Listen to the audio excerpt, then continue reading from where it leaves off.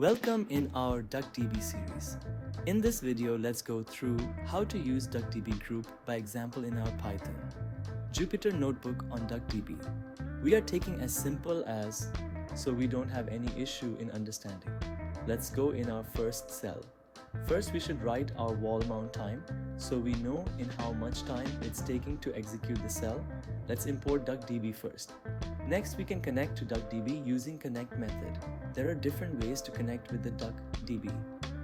We are only using this for now. Next, we use conObject to execute our queries. It takes string parameter and we can write the SQL query into it. We will be using select queries to find how it works with over the billion records with DuckDB. Let's write the select trip, distance, store and forward flag. These are the column names which we can change if we want as per our choice. Now using read_parquet function, we are taking star into year folder and star again for months, means all years and all months of data as star. Let's use limit 10 to show only 10 records. This is only to select so we can understand what data or columns we have. This will give us the df data frame object and we can print the data frame object. Let's execute the cell. As you can see, we have results available and we are also printing the results. It took only milliseconds to run this. We are using simple Mac M3 with 16 GB laptop.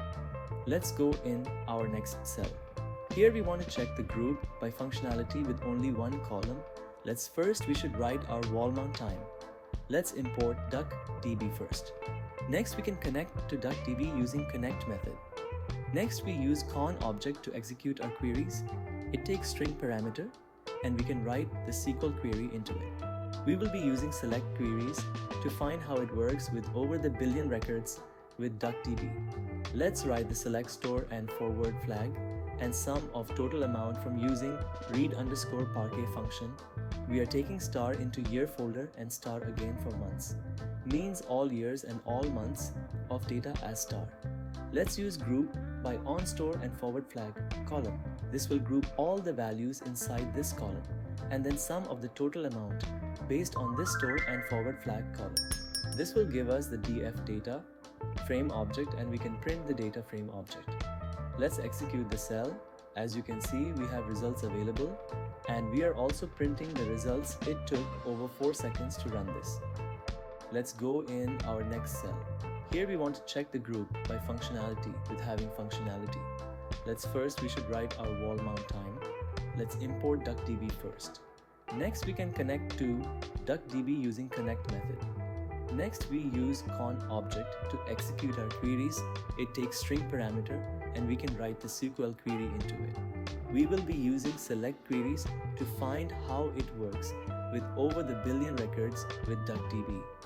Let's write the select store and forward flag and sum of total amount from using read_parquet function. We are taking star into year folder and star again for months, means all years and all months of data as star. Let's use group by onStore and forward flag column.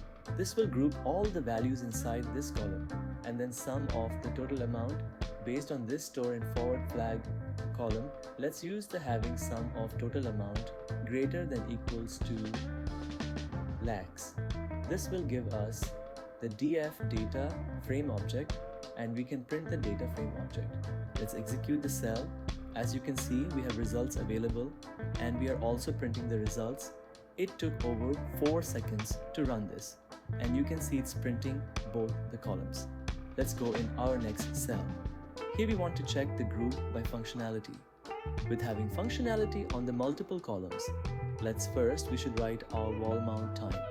Let's import DuckDB first. Next, we can connect to DuckDB using connect method.